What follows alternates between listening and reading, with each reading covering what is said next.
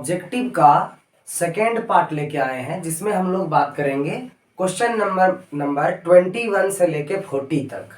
तो 21 क्या कहता है, integral dx upon sine square x cos square x is equals to, ये इंटीग्रल किसके इक्वल है, इतना इक्वल्स टू क्या होगा। तो आप देख सकते हैं कि यहाँ पर जो dx है वो यहाँ ना होकर के अगर हम यहाँ लिख दे तो यहाँ क्या बचेगा 1, और इस 1 को हम क्या लिख दें, ऊपर वाला 1 को हम क्या लिख दें, sign square x plus cos square x, और नीचे क्या है sign square x into cos square x. उसके बाद अगर हम अलग अलग डिवीजन करेंगे अलग अलग तो क्या हो जाएगा, जब इसके पास डिवीजन करेंगे तो साइन स्क्वायर कट जाएगा तो बचेगा क्या 1 बाय कॉस स्क्वायर एक्स, और इसमें जब डिवीजन करेंगे तो कॉस स्क्वायर एक्स कट जाएगा, क्या बचेगा 1 by sine square x. 1 by cos square x क्या हो गया सेक स्क्वायर एक्स, और 1 बाय साइन स्क्वायर एक्स क्या हो गया कॉसेक स्क्वायर एक्स। और इसका क्या करना है, इंटीग्रेशन करना है एक्स के रिस्पेक्ट में, कर दे रहे हैं। सेक स्क्वायर एक्स का क्या होता है tan x, और कोसेक स्क्वायर एक्स का क्या होता है इंटीग्रेशन, तो सर माइनस कॉट एक्स और प्लस का सी। ऑप्शन नंबर बी आपका सही है, लिख लीजिए। अब हम क्वेश्चन नंबर 22 का बात करते हैं, और क्वेश्चन नंबर 22 में कहता है कि इतना इक्वल टू क्या होगा, इसका इंटीग्रेशन क्या होगा। सेम काम पिछले क्वेश्चन के जैसा, अलग अलग डिवीजन करेंगे, साइन स्क्वायर से साइन स्क्वायर खत्म, क्या बच जाएगा 1 बाय कॉस स्क्वायर एक्स, और इसमें फिर डिवीजन करेंगे तो कॉस स्क्वायर खत्म, क्या बच जाएगा 1 by sine square x. 1 by cos square x क्या हो जाएगा आपका सेक स्क्वायर एक्स, और माइनस में 1 बाय साइन स्क्वायर एक्स क्या हो जाएगा कॉसेक स्क्वायर एक्स, और सेक स्क्वायर एक्स का इंटीग्रेशन होता है tan x, और माइनस कॉसेक स्क्वायर एक्स का इंटीग्रेशन होता है माइनस कॉट एक्स प्लस का C. tan x minus minus plus cot x क्या आया tan x minus minus plus cot x plus C. ये हमारा ऑप्शन नंबर ए सही है, tan x plus cot x. ये कैसे आया, सेक स्क्वायर एक्स का इंटीग्रेशन किए हैं तब जाके यहाँ tan x आया है। ठीक है, ऑप्शन ए आपका सही है, इसको लिख लीजिए। क्वेश्चन 23 का बात करते हैं। क्वेश्चन नंबर 23 कहता है कि इसका इंटीग्रेशन क्या होगा।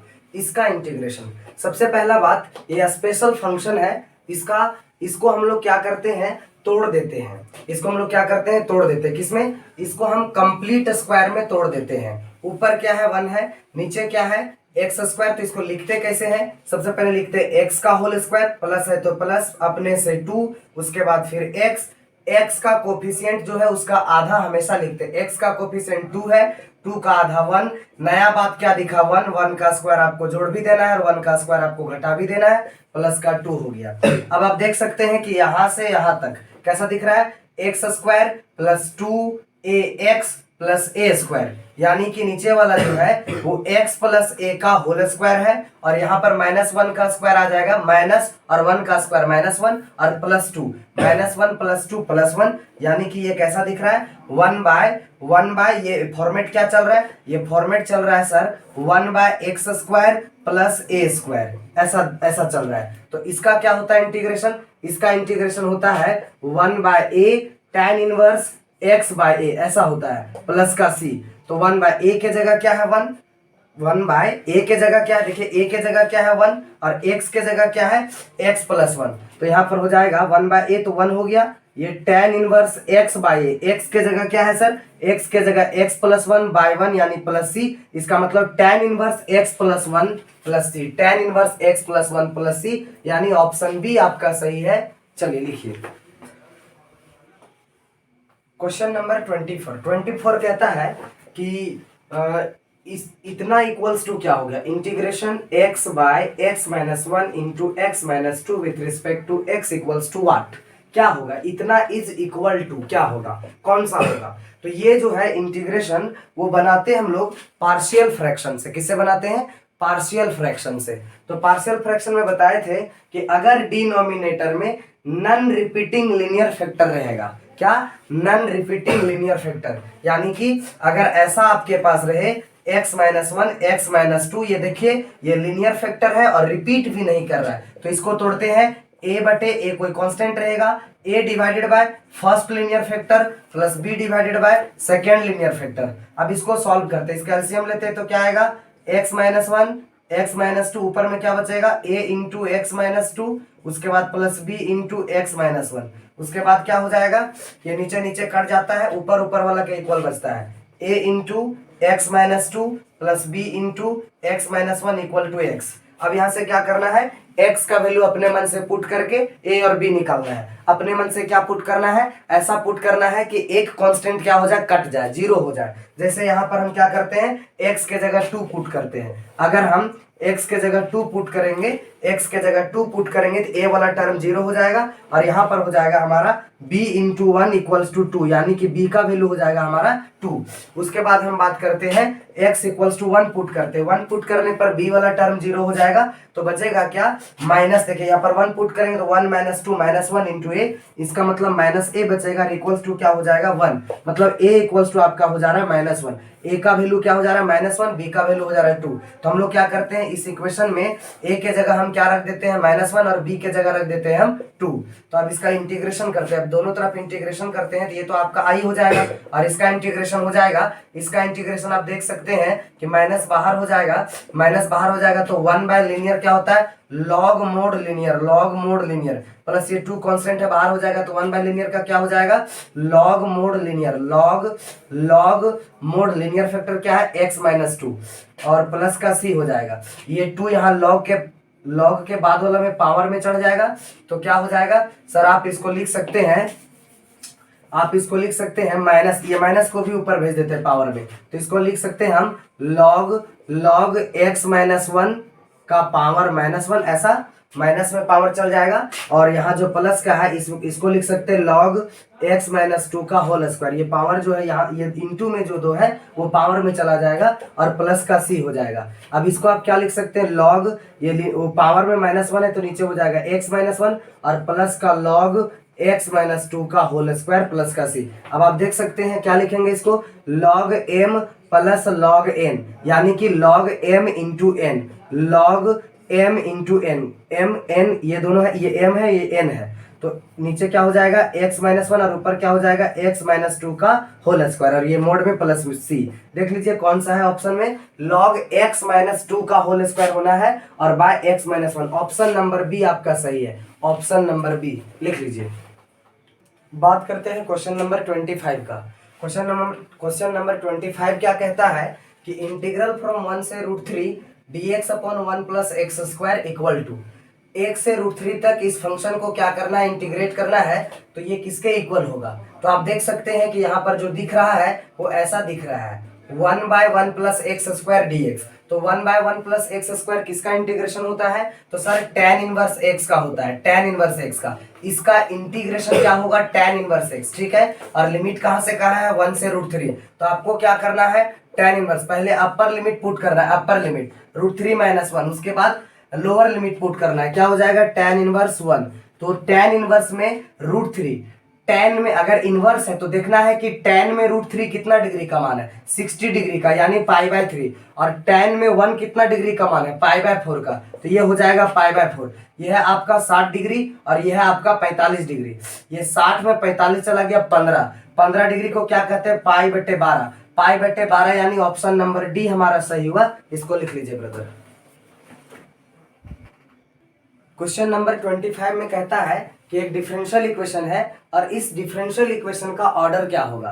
तो डिफरेंशियल इक्वेशन का ऑर्डर वही होता है जो उस डिफरेंशियल इक्वेशन में हाईएस्ट ऑर्डर डेरिवेटिव, कहने का मतलब है कि ये हमारा डिफरेंशियल इक्वेशन है, तो इस डिफरेंशियल इक्वेशन में हाईएस्ट ऑर्डर डेरिवेटिव, कितना ऑर्डर का डेरिवेटिव हाईएस्ट यूज हुआ है। तो आप यहाँ पर देखिएगा ये आपका फर्स्ट ऑर्डर डेरिवेटिव है और ये आपका क्या है, सेकेंड ऑर्डर डेरिवेटिव, यानी कि हाईएस्ट ऑर्डर डेरिवेटिव कितना ऑर्डर का यूज हुआ है, 2 ऑर्डर का, सेकेंड ऑर्डर का। इसका मतलब इस डिफरेंशियल इक्वेशन का ऑर्डर होगा 2, इस डिफरेंशियल इक्वेशन का ऑर्डर क्या होगा 2, ऑप्शन नंबर ए हमारा सही है। चलिए अब बात करते हैं क्वेश्चन नंबर 27 का। क्वेश्चन नंबर 27 कहता है कि ये डिफरेंशियल इक्वेशन दिया हुआ है, इस डिफरेंशियल इक्वेशन का डिग्री क्या होगा। तो कोई भी डिफरेंशियल इक्वेशन का डिग्री वही होता है, देखा जाता है कि उसमें हाईएस्ट ऑर्डर डेरिवेटिव कौन सा यूज हुआ है। अगर हाईएस्ट ऑर्डर डेरिवेटिव का जो हाईएस्ट डिग्री होगा वही हमारा डिग्री कहलाता है इस डिफरेंशियल इक्वेशन का। तो देखिए सबसे पहले बात करते हैं इस डिफरेंशियल इक्वेशन का, d³ y by dx³ plus 2d2i/dx2 equal to sine x, ऐसा रहता। तो हम क्या करते, सबसे पहला बात, डिग्री डिफाइन कब होता है? डिग्री डिफाइन कब होता है? जब वो डिफरेंशियल इक्वेशन पॉलिनोमियल फॉर्मेट में लिखा हुआ रहता है। पॉलिनोमियल फॉर्मेट कहने का मतलब ये है कि आपके पास ऐसा नजर नहीं आना चाहिए। कैसा नजर? साइन के कोई भी ट्रिगोनोमेट्रिक फंक्शन के एंगल में dy बाई डी एक्स नजर नहीं आना चाहिए, e का पावर में dy बाई डी एक्स नहीं होना चाहिए, लॉग का dy बाई डी एक्स का लॉग नहीं होना चाहिए, और एक्सेट्रा इस टाइप का बात जो रहेगा, sine dy by d x, इस टाइप का अगर बात आपके पास आता है तो उस केस में जो डिफरेंशियल इक्वेशन है वो पॉलिनोमियल फॉर्मेट में नहीं होता है, और जब वो पॉलिनोमियल फॉर्मेट में नहीं होता है तो उसका डिग्री हम डिफाइन नहीं कर पाते हैं। कोई दिक्कत? तो अगर हम बात करें कि ये हमारा पॉलिनोमियल फॉर्मेट में है क्या? यस सर, ये पॉलिनोमियल फॉर्मेट में है। ऐसा इसलिए है क्योंकि कहीं पर हमको ये वाला बात नहीं दिखा, साइन के साथ एक्स है ना कि डेरिवेटिव है। साइन के साथ एक्स है, डेरिवेटिव रहता तो इसका डिग्री डिफाइन नहीं होता, एक्स है तो डिफाइन होगा। अब डिग्री क्या होता? अगर ये वाला नहीं होता तो दूसरा कोई सिंपल वाला का डिग्री बताने के लिए हम ये बात कर रहे हैं। तो क्या होता है, जो हाईएस्ट ऑर्डर डेरिवेटिव यहाँ यूज होगा, हाईएस्ट ऑर्डर डेरिवेटिव यूज कौन है? तो थर्ड ऑर्डर डेरिवेटिव। तो इसका डिग्री कितना है सर? 1। तो पूरे डिफरेंशियल इक्वेशन का डिग्री क्या हुआ? 1। लेकिन हमको इसका नहीं जानना है, जानना है इसका है सर। तो इसका जानने का क्या मतलब है कि सबसे पहले देखा जाता है कि वो जो डिफरेंशियल इक्वेशन है वो पॉलिनोमियल फॉर्म में लिखा हुआ है या नहीं। अगर वो पॉलिनोमियल फॉर्म में लिखा हुआ है तो उसका डिग्री डिफाइन होगा, अदरवाइज उसका डिग्री डिफाइन नहीं होगा। तो आप देख सकते हैं कि साइन के एंगल में डेरिवेटिव है, इसका मतलब ये पॉलिनोमियल फॉर्मेट में नहीं लिखा हुआ है, और ये पॉलिनोमियल फॉर्मेट में नहीं लिखा हुआ है, इसका मतलब इसका डिग्री जो है वो डिफाइन नहीं होगा। तो degree is not defined, means option number D is the correct answer लिखा जाए। Question number 28। क्वेश्चन नंबर 28 में कहता है कि solution of differential equation this. एक आपके पास डिफरेंशियल इक्वेशन गिवन है जो बहुत ही सिंपल सा है, इसका सॉल्यूशन क्या होगा, मींस y इक्वल्स टू आपको फाइंड करना है। तो आप देख सकते हैं कि आपके पास जो डिफरेंशियल इक्वेशन है वो dy by d x equals to e to the power x है। यहाँ से आसानी से क्या होगा, ये बहुत ही आसान है, और ये बनेगा आपका वेरिएबल सेपरेबल से। आसानी से यहाँ पर क्या हो जा रहा है, वेरिएबल सेपरेट हो जा रहा है, means dy equals to e to the power x, और dx उधर चला जाएगा तो dx इंटू में हो जाएगा। उसके बाद क्या करेंगे, इसको इंटीग्रेट कर देंगे, तो dy का इंटीग्रेशन क्या हो जाएगा, y, और e to the power x का हो जाएगा e to the power x, और प्लस में इंटीग्रेशन कांस्टेंट c लगाना है, तो y equals to e to the power x plus c, यानी कि ऑप्शन ए हमारा करेक्ट आंसर है। चलिए लिख लीजिए। Question number 29। क्वेश्चन नंबर 29 कहता है कि इफ a बराबर एक वेक्टर है और b बराबर दूसरा वेक्टर है, then magnitude of a plus B, vector a plus vector b का मैग्नीट्यूड क्या होगा। मींस सबसे पहले आपको क्या करना है, वेक्टर a और वेक्टर b को ऐड करना है। तो दो वेक्टर को हम ऐड कैसे करते हैं, i कंपोनेंट को i वाला के साथ जोड़ते हैं, मींस कोरिस्पोंडिंग स्केलर कंपोनेंट को ऐड किया जाता है। तो यहाँ पर क्या है, i का कोफिशिएंट 2 है, यहाँ i का 1 है, तो 2 और 1 3 i कैप हो जाएगा। उसके बाद 1 और 3 क्या हो जाएगा, 4 j कैप, -1 -4 -5 k कैप। अब इसका मैग्नीट्यूड चाहिए, मींस आपको ये बात चाहिए, modulus of vector a plus B, और ये होता क्या है, स्केलर कंपोनेंट का स्क्वायर का सम अंडर रूट में। तो 3 का स्क्वायर हो जाएगा 9, 4 का हो जाएगा 16, और -5 का हो जाएगा 25। तो ये क्या हो जाएगा, ए हो जाएगा 16 9 25 25 50 हो जाएगा। और 50 को हम लिखेंगे, क्या लिखेंगे, इसको लिखेंगे 25 इंटू 2 लिखेंगे। 25 का स्क्वायर रूट 5 होता है, 2 का नहीं मालूम, 5 रूट 2, इसका मतलब ऑप्शन ए आपका सही आंसर हुआ, लिखा जाए। Question number 30। क्वेश्चन नंबर 30 कहता है कि the projection of vector this on this, इस वेक्टर का प्रोजेक्शन क्या होगा इस वेक्टर में। किसका चाहिए सर, हमको चाहिए i plus 3j plus k vector का प्रोजेक्शन किसमें चाहिए, 2i cap minus 3j cap plus 6k cap में, जिसका प्रोजेक्शन चाहिए, जिसमें वो दोनों का डॉट प्रोडक्ट डिवाइडेड बाय जिसमें चाहिए, किसमें चाहिए, इस वेक्टर में चाहिए। तो इसका क्या करना है, मैग्नीट्यूड से डिवाइड कर देना है, हो जाएगा आपका, निकल जाएगा क्या, प्रोजेक्शन। दोनों का डॉट प्रोडक्ट करना है तो i वाला के साथ गुना करना है, तो क्या हो जाएगा 2 1 जा 2, 3 3 जा माइनस का 9, और प्लस प्लस 6 1 जा 6, डिवाइडेड बाय क्या हो जाएगा, 2 का स्क्वायर 4, 3 का स्क्वायर 9, 6 का स्क्वायर 36। तो ये हो जाएगा आपका आपका हो जाएगा -1 हो जाएगा ऊपर में, और नीचे हो जाएगा आपका 7, -1/7, यानी option B is the correct answer लिखा जाए।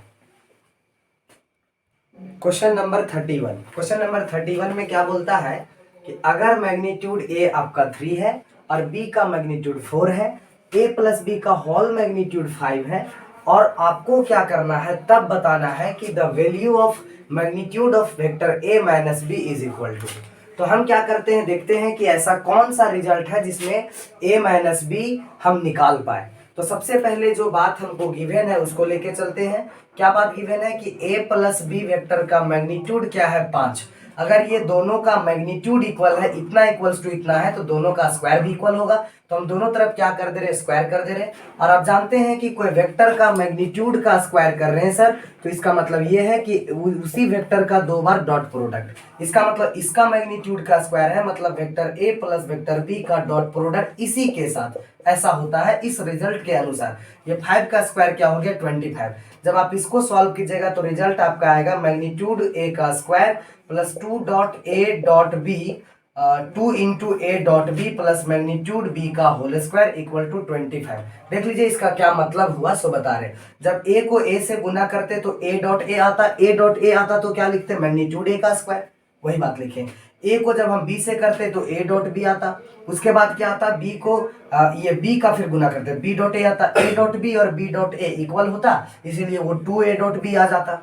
उसके बाद बी को जब बी से करते तो बी डॉट बी यानी कि मैग्नीट्यूड बी का स्क्वायर। अब देख सकते हैं कि मैग्नीट्यूड ए का वैल्यू दिया हुआ है 3, तो 3 का स्क्वायर यहाँ पर हम क्या लिख देंगे, 9। मैग्नीट्यूड बी का वैल्यू दिया हुआ है 4, तो 4 का स्क्वायर क्या हो जाएगा यहाँ पर 16। यहाँ पर क्या हो गया, 16 9 क्या हो गया, 16 9 25 हो गया। इधर भी 25 उधर भी 25 खत्म हो गया, तो बचा क्या, A dot B equals to उधर बच गया 0/2 0। मतलब यहाँ से ये पता चला, इससे हम रिजल्ट निकाले तो पता चला कि ए और बी का डॉट प्रोडक्ट क्या है, 0 है। अगर ए और बी का डॉट प्रोडक्ट 0 है तो आप देखते हैं कि इस बात को हम कैसे निकालेंगे। हमारे पास क्या चाहिए, ए माइनस बी का मैग्नीट्यूड चाहिए, ठीक है।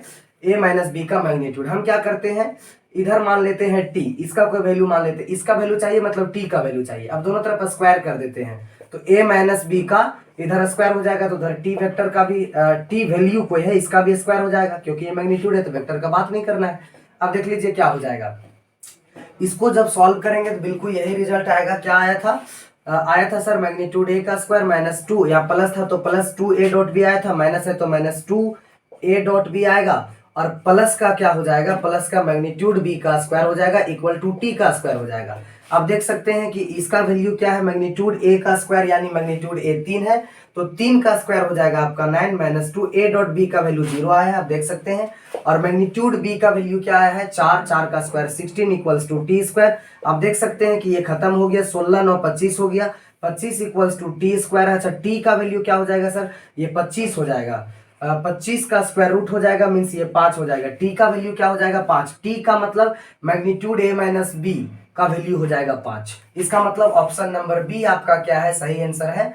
चलिए इसको लिखा जाए। क्वेश्चन नंबर 32 का बात करते हैं। बहुत ही बेहतरीन क्वेश्चन है ये, आप देखिए आपको मजा आएगा, समझ में आएगा।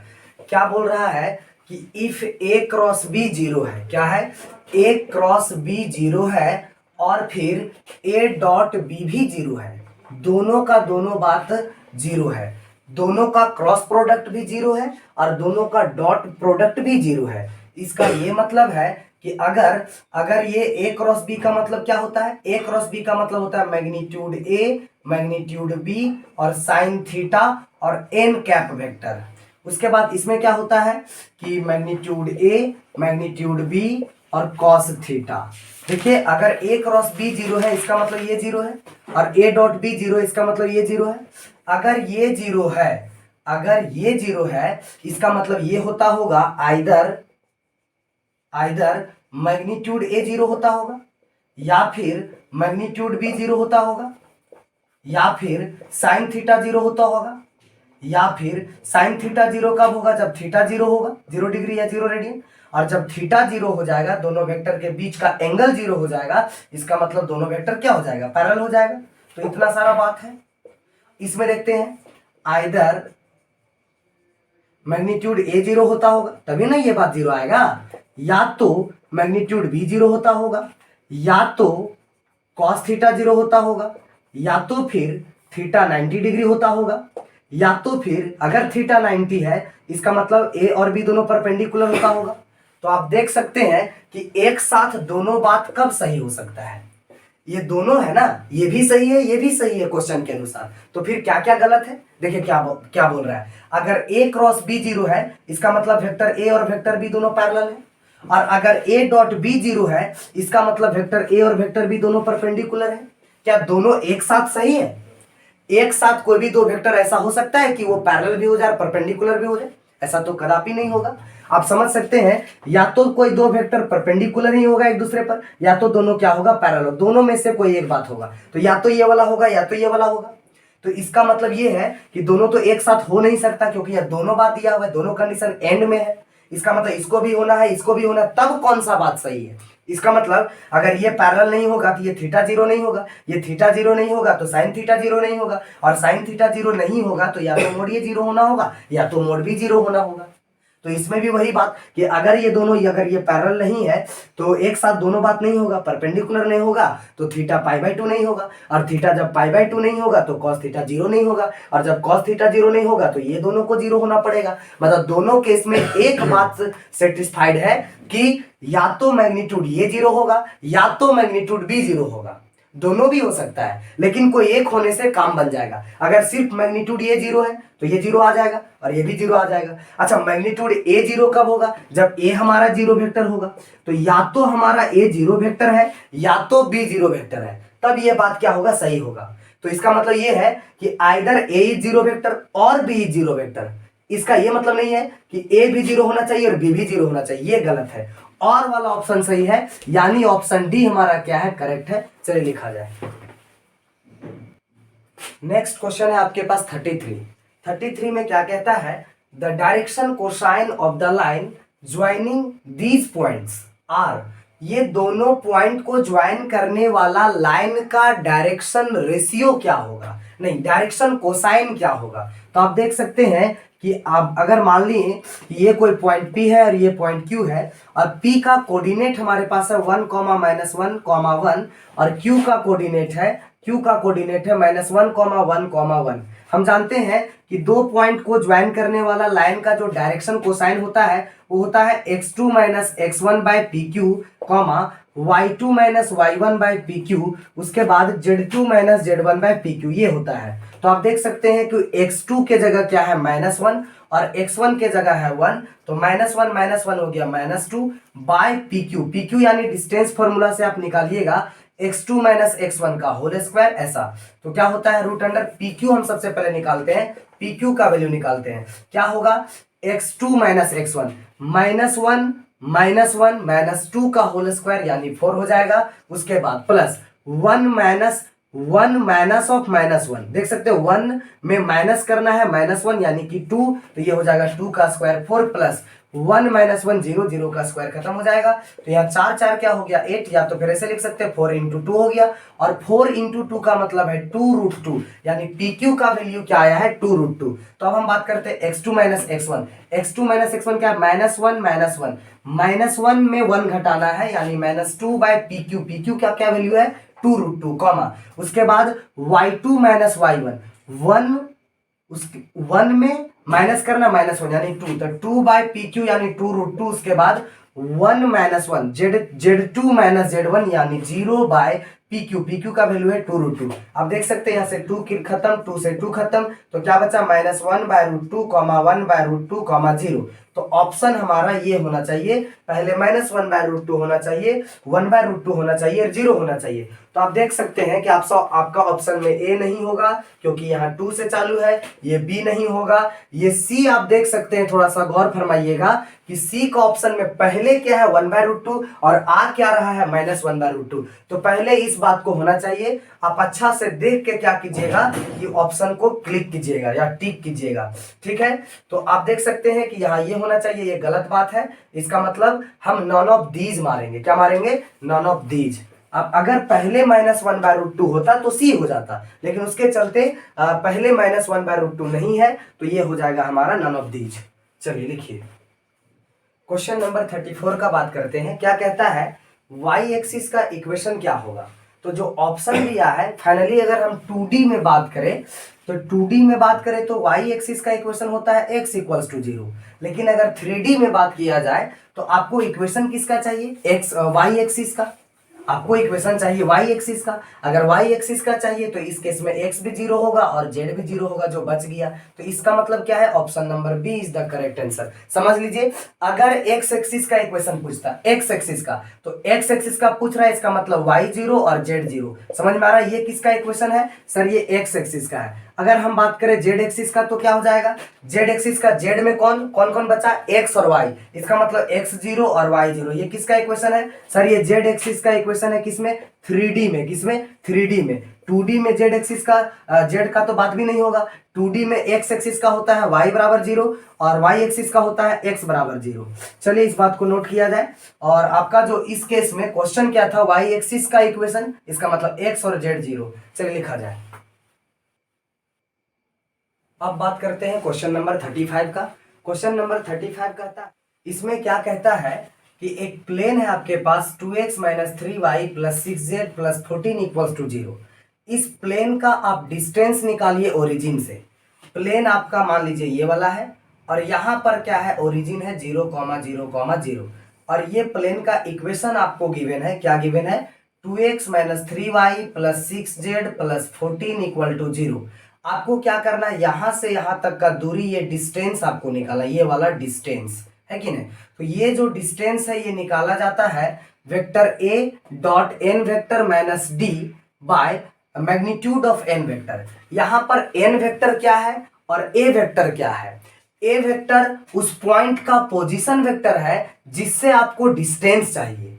किससे डिस्टेंस चाहिए, ओरिजिन से चाहिए। तो ओरिजिन पॉइंट का पोजीशन वेक्टर क्या हो जाता है सर, ओरिजिन का पोजीशन वेक्टर हो जाएगा हमारा 0 i cap plus 0 j cap plus 0 k cap, ये हो जाएगा। अच्छा, एन यहां पर क्या है, प्लेन पर एक नॉर्मल वेक्टर होता है, वो आपका एन वेक्टर है। तो प्लेन पर नॉर्मल वेक्टर कौन होता है, देखिए यहां पर प्लेन का इक्वेशन में जो x का कोफिशिएंट, y का कोफिशिएंट और z का कोफिशिएंट दिया गया, उससे मिलकर एक वेक्टर बनाते हैं, n वेक्टर हो जाएगा हमारा। ये स्केलर कंपोनेंट्स यहां पर देख सकते हैं, x का कोफिशिएंट क्या है 2, यही इसका स्केलर कंपोनेंट हो जाएगा n वेक्टर का, 2i cap minus 3j cap plus 6k cap. ये हमारा n वेक्टर निकल गया, ये हमारा a वेक्टर निकल गया। a वेक्टर क्या होता है, जिस पॉइंट से आपका डिस्टेंस चाहिए उसका पोजीशन वेक्टर। तो किस पॉइंट से चाहिए, ओरिजिन से, तो ओरिजिन का पोजीशन वेक्टर लिखना है, फिर नॉर्मल वेक्टर लिखना है। फॉर्मूला में क्या है, दोनों का डॉट प्रोडक्ट, यानी कि i को i से गुना करना है, i को i वाला से, तो 0 इंटू 2 0, 0 इंटू 3 0, 0 इंटू 6 0, मतलब ये पूरा बात क्या होने वाला है, 0 होने वाला है। अब बात आया डी का। डी होता है डिस्टेंस। डी क्या होता है, डिस्टेंस, जो कि आपका प्लेन का डिस्टेंस ओरिजिन से होता है। तो ये बात हमारा डी होता है, यहां पर देख लीजिए पहले से दिया हुआ है। तो क्या है, तो प्लेन का डिस्टेंस ओरिजिन से क्या, -14, इसको उधर लेके आपको लिखना है, तो उधर चला गया तो -14। तो डी बराबर लेना है हमेशा कांस्टेंट राइट साइड ले जाने के बाद। तो हमारा डी क्या हो गया, -14, डी का वैल्यू हो गया -14। अब बात करते हैं इसका n का मैग्नीट्यूड। तो n का मैग्नीट्यूड क्या हो जाएगा, देख सकते हैं, 2 का स्क्वायर 4, 3 का स्क्वायर 9 और 6 का स्क्वायर 36। तो ये हो गया हमारा 7। आप देख सकते हैं 36 4 40 9 49 का स्क्वायर रूट हो जाएगा 7, ये 7 हो गया। आप देख सकते हैं क्या है, ऊपर में आप बचा है 0 माइनस ऑफ -14 यानी कि 14 का मैग्नीट्यूड बाय 7, तो ये क्या हो गया 2। तो 2 का मैग्नीट्यूड क्या हो जाएगा 2। तो अब ऑप्शन हमारा क्या हो गया, ऑप्शन ए। आपको कोई भी पॉइंट से प्लेन का डिस्टेंस चाहिए तो ए वेक्टर निकाल लीजिए, जो कि पॉइंट का पोजीशन वेक्टर रहेगा। अगर यहाँ रहता 3 4 5 तो लिखते 3i cap 4j cap 5k cap, और इसका डॉट प्रोडक्ट करते नॉर्मल वेक्टर के साथ, उसको यहां लिखते -d, जो कांस्टेंट बात दिया रहेगा उसको राइट साइड ले जाने के बाद, अगर पहले से राइट साइड में है तो कोई बात नहीं, वही हमारा d का वैल्यू हो जाएगा। ये निकल जाएगा, d निकल गया, और n मालूम है तो उसका मैग्नीट्यूड मालूम हो जाएगा। फॉर्मूला में सेट कीजिए, डिस्टेंस इक्वल टू, हमारा आंसर आ जाएगा। चलिए इसको लिखा जाए। आप देख सकते हैं क्वेश्चन नंबर 36 में क्या कह रहा है, if A and B are any two events, A और बी क्या है, दो इवेंट्स है, सच दैट, इस प्रकार से है कि probability of A plus probability of B minus probability of A intersection B is equals to P A. Then choose the correct option from the following. नीचे 4 ऑप्शन लिखे गए हैं और ये चारों ऑप्शन में जो करेक्ट है उसको आप चूज कीजिए। चलिए तो बात करते हैं जो दिया हुआ है। आप देख सकते हैं PA plus PB minus PA intersection B। ये जानते हैं ये क्या है? ये है sir addition theorem on probability. इसका मतलब ये जो वैल्यू दिया गया है PA plus PB minus PA intersection B, ये आपका एक्चुअल में PA यूनियन B है। और PA union B equals to क्या हो गया? PA। क्वेश्चन में बोल दिया है कि इतना बराबर PA है, तो हम समझ गए कि PA यूनियन B बराबर PA है। अगर PA यूनियन B इतना है तो इसका मतलब अगर आपसे पूछे कि PA इंटरसेक्शन B क्या होगा, तो PA इंटरसेक्शन B क्या होता है? PA plus PB, PA plus PB minus PA union B, ऐसा होता है। तो यहां से PA और PA union B, PA union B का वैल्यू क्या है? PA है। तो ये रिजल्ट क्या हो गया? हमारा PA हो गया। तो ये भी PA हो गया और ये भी PA हो गया, माइनस में ये तो कट जाएगा। इसका मतलब PA इंटरसेक्शन क्या बच गया? PB बच गया। आपको क्या देखना है? Probability of A by B। तो कंडीशनल प्रोबेबिलिटी में क्या था फॉर्मूला? प्रोबेबिलिटी ऑफ दोनों का intersection part A intersection B divided by नीचे जो है उसका प्रोबेबिलिटी, B है नीचे उसका प्रोबेबिलिटी। अब बताइए PA इंटरसेक्शन B का क्या वैल्यू आया? PA इंटरसेक्शन B का वैल्यू आया हमारा PB। देखिए PA इंटरसेक्शन B का क्या वैल्यू आया? PB। तो ऊपर भी PB नीचे भी PB, कैसा लगा? क्या हो गया? 1 हो गया। इसका मतलब PA by B equals to 1 होगा। PA by B equals to 1 होगा। इसका मतलब ये तीनों का तीनों गलत है। तो हमारा करेक्ट ऑप्शन क्या? Option number B। चलिए लिखा जाए। अब क्वेश्चन नंबर 37 का। क्वेश्चन नंबर 37 क्या कहता है कि if A and B are two events, any two events, A और B कोई दो इवेंट्स है, सच दैट इस प्रकार से है कि A का प्रोबेबिलिटी 0.4 है और B का प्रोबेबिलिटी 0.8 है, PB बाय A 0.6 है, तो PA by B equal to what? PA by B equals to क्या होगा? तो हमारे पास आप देख सकते हैं, चूंकि हम जानते हैं कि probability of B by A, probability of B by A is equals to होता है प्रोबेबिलिटी ऑफ दोनों का intersection B intersection A divided by जो नीचे है PA। अब जानते हैं कि PB बाय A का वैल्यू दिया हुआ है, क्या दिया हुआ है? 0.6। और यहां से हो गया B इंटरसेक्शन A को आप A इंटरसेक्शन B भी लिख सकते हैं डिवाइडेड बाय PA, और PA का वैल्यू आपको गिवन है कितना? 0.4। अब यहां से क्या हो जाएगा? Probability of A intersection B equals to क्या हो जाएगा? ये 0.6 इंटू 0.4 यानी कि 0.24 हो जाएगा। अब हम बात करते हैं नाउ। अब आपको क्या चाहिए? अब चाहिए probability of A by B। तो probability of A by B में क्या हो जाएगा? प्रोबेबिलिटी ऑफ दोनों का intersection A intersection B divided by probability of B। तो PA इंटरसेक्शन B क्या है? 0.24। PB कितना है? PB है 0.8।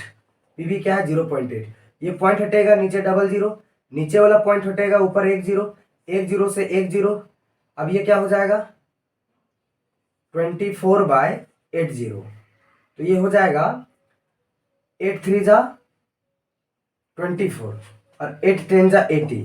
3/10 यानी कि 0.3। 3/10 का मतलब है 0.3। Option number A is the correct answer. लिखा जाए। अब हम बात करते हैं क्वेश्चन नंबर 38 का। क्वेश्चन नंबर 38 कहता है ये डाइस इज थ्रोन 6 टाइम। एक डाइस को 6 टाइम क्या कर रहा है? 6 बार थ्रो किया जा रहा है। तो if getting an even number is a success.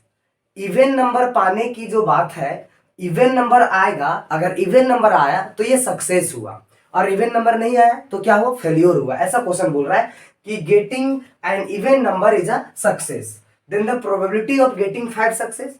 अगर आप डाई को 6 बार थ्रो किए हैं और इवन आना हमारा सक्सेस है, तो 5 बार सक्सेस होगा, इसका क्या प्रोबेबिलिटी है?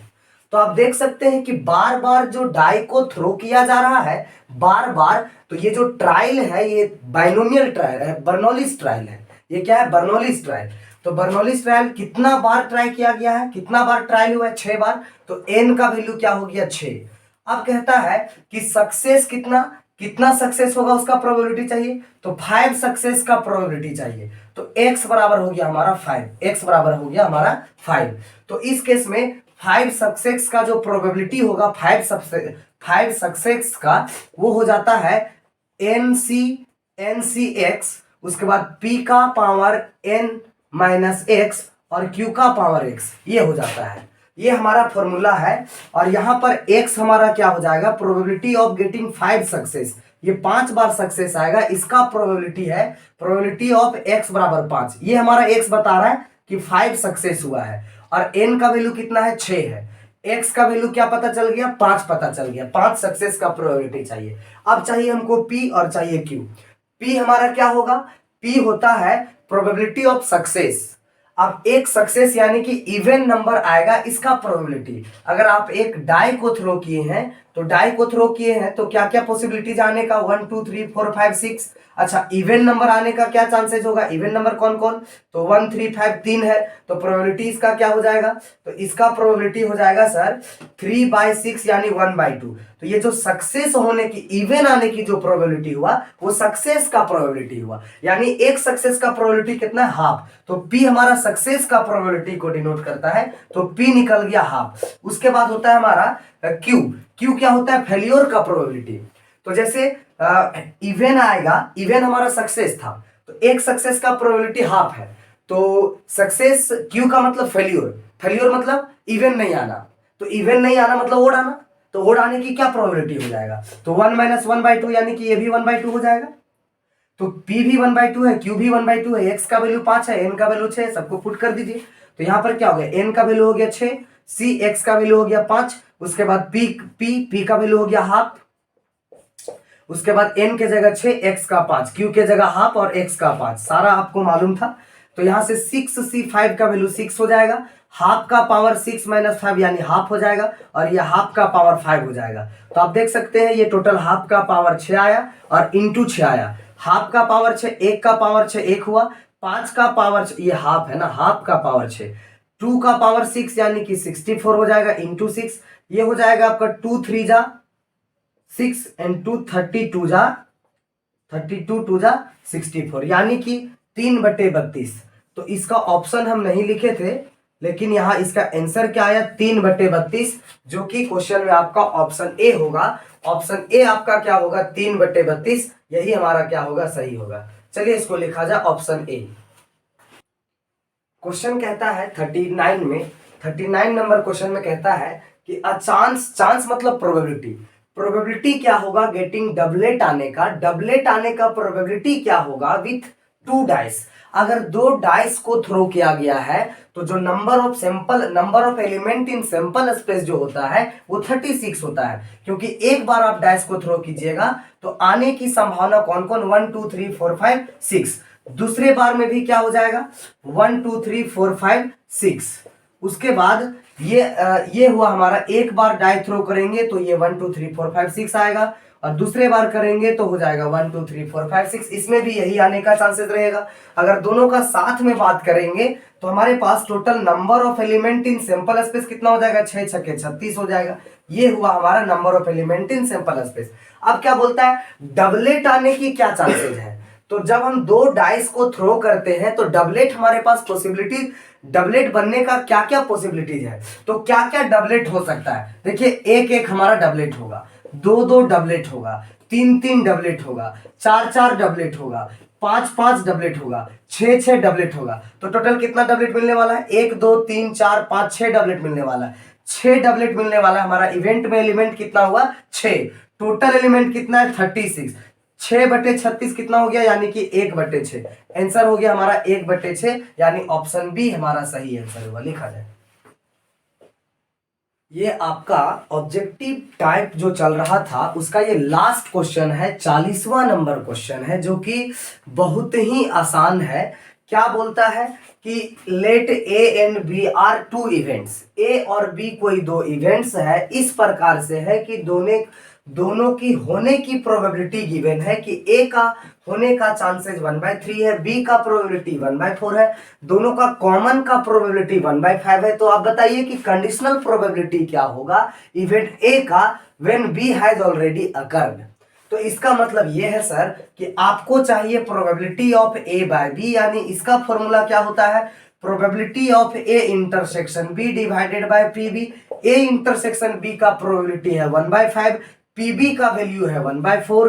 तो ये क्या हो जाएगा, ए इंटरसेक्शन बी का प्रोबेबिलिटी क्या है, ए इंटरसेक्शन बी का है 1/5 और पीबी का वैल्यू क्या है 1/4। तो ये हो जाएगा हमारा 1/4 1/5 ऊपर जैसे के तैसे, और ये 1/4 हो जाएगा रेसिप्रोकल 4/1 मीन्स 4/5, यानी option number D is the correct answer. चलिए लिखा जाए।